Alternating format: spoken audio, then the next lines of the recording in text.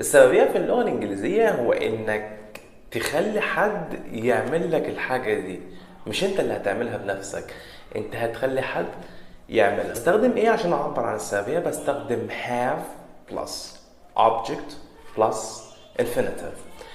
have مفعول زائد الفعل في المصدر، أو ينفع استخدم بدل have get مفعول زائد to زائد الفعل في المصدر. على سبيل المثال هقول لك the teacher had us do some extra work today. The teacher had us do some extra work today.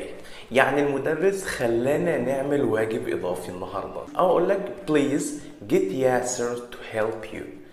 Please get Yasser to help you. يعني من فضلك خلي ياسر يساعدك. get زائد مفعول زائد to زائد الفعل في المصدر. أقول لك the boss had the secretary type the letter. يعني